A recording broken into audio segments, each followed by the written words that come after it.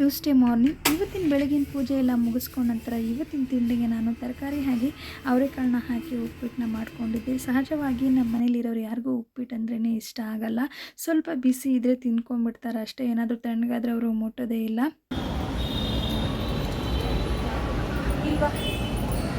ಹಾಗೆ ಇವತ್ತು ಬನಶಂಕರಿ ದೇವಸ್ಥಾನಕ್ಕೆ ಕೂಡ ಹೋಗಿ ಬಂದಿದ್ದೆ. ದೇವಸ್ಥಾನದಲ್ಲಿ ಸ್ವಲ್ಪ ಮಳೆ ಕೂಡ ಬರ್ತಿತ್ತು. ಅಲ್ಲಿಂದ ಸ್ವಲ್ಪ ತರಕಾರಿ ತೊಗೊಂಡು ಹಾಗೆ ಮಳೆ ಬರೋದ್ರಿಂದ ಬೇಗ ಹೊರಟು ಬಂದ್ಬಿಟ್ಟೆ. ಮಧ್ಯಾಹ್ನದ ಊಟಕ್ಕೆ ನಾನು ಟೊಮೆಟೊ ಗೊಜ್ಜು, ಅನ್ನ ಹಾಗೆ ಸ್ವಲ್ಪ ಸಣ್ಣಗೆ ಅಲ್ಲಿಂದ ಬರಬೇಕಾದ್ರೆ ಸ್ವಲ್ಪ ಹಲಸಿನ ಹಣ್ಣು ಕೂಡ ತೊಗೊಂಬಂದಿದ್ದೆ. ತುಂಬಾ ಚೆನ್ನಾಗಿತ್ತು ಹಲಸಿನ ಹಣ್ಣು.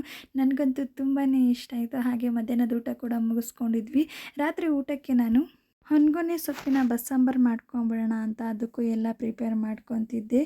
ಬಸ್ಸಾಂಬಾರು ಇವತ್ತು ತುಂಬಾ ಟೇಸ್ಟಿಯಾಗಿ ತುಂಬಾ ಚೆನ್ನಾಗಾಗಿತ್ತು. ನೀವು ಒಂದ್ಸಲ ಮನೆಯಲ್ಲಿ ಟ್ರೈ ಮಾಡಿ, ತುಂಬಾ ಚೆನ್ನಾಗಿರುತ್ತೆ. ಅದರಲ್ಲೂ ಹೊನ್ಗೊನೆ ಸೊಪ್ಪು ಅಂತಂದರೆ ಬಾಣಂತಿಯರಿಗೆಲ್ಲ ತುಂಬಾ ಒಳ್ಳೆಯದು ಅಂತಂದರೆ ಮುಂದಿನ ವಿಡಿಯೋದಲ್ಲಿ ನಾನು ಆ ಬಸ್ಸಾಂಬಾರು ಕೂಡ ನಿಮಗೆ ಖಂಡಿತವಾಗ್ಲೂ ತೋರಿಸ್ಕೊಡ್ತೀನಿ. ಮನೇಲಿ ಎಷ್ಟು ವೆರೈಟೀಸ್ ಅಡುಗೆಗಳನ್ನ ಮಾಡಿಕೊಂಡ್ರು ಕೂಡ ನಮಗೆ ಮನಸ್ಸಿಗೆ ಹಿತ ಪರಿಪೂರ್ಣ ಅಂತ ಅನಿಸೋದು ಅನ್ನ ಸಾರು ಮುದ್ದೆ, ಹಾಗೆ ಅದರ ಜೊತೆಗೆ ಒಂದು ಹಪ್ಪಳ ಪಲ್ಯ ಉಪ್ಪಿನಕಾಯಿ ಇದ್ರೇ ನೆಮ್ಮದಿ. ನಮ್ಮ ಮನೆಗೆ ಪಕ್ಕದ ಮನೆ ಮಗು ಕೂಡ ಬಂದಿತ್ತು. ತುಂಬಾ ತರಲೆ ಮಾಡ್ತಿತ್ತು ಮಗು. ತುಂಬ ಕ್ಯೂಟಿಯಾಗಿ ತುಂಬ ಮುದ್ದಾಗಿ ಮಾತಾಡ್ತಿತ್ತು. ಹಾಗೆ ವಿಡಿಯೋ ಇಷ್ಟ ಆದಲ್ಲಿ ಒಂದು ಲೈಕ್ ಕೊಡಿ. ಇನ್ನೂ ನನ್ನ ಚಾನಲ್ಗೆ ಯಾರು ಸಬ್ಸ್ಕ್ರೈಬ್ ಆಗಿಲ್ಲ ಖಂಡಿತವಾಗ್ಲೂ ಸಬ್ಸ್ಕ್ರೈಬ್ ಮಾಡ್ಕೊಳ್ಳಿ.